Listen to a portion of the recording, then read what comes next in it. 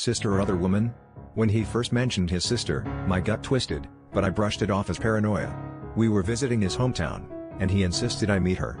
I prepared myself for an awkward introduction, thinking maybe she was a half-sister or a long-lost sibling. My mind whirled with possibilities, but never in my wildest dreams did I expect what was coming. As we pulled up to the small, quaint house on a quiet street, his grip on the steering wheel tightened, a gesture I would later realize was a sign of his guilt. The moment she opened the door, I knew something was off. Her smile was too familiar, her gaze lingered too long, and the way they embraced was more lover-like than any sibling relationship I'd ever seen.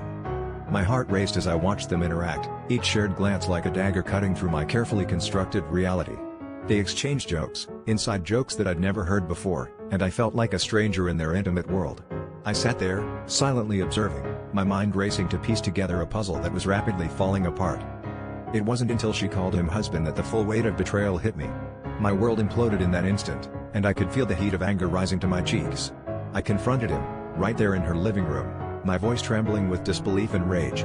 He stumbled over his words, trying to explain that it wasn't what it looked like, but the truth was glaringly obvious. She wasn't just a sister, she was the other woman he had promised to love and cherish, a promise that apparently had no geographical boundaries.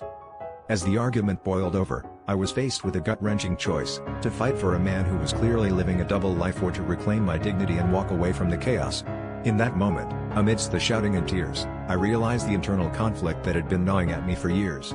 I had been ignoring my instincts, suppressing doubts, all in the name of love. This revelation was as liberating as it was devastating.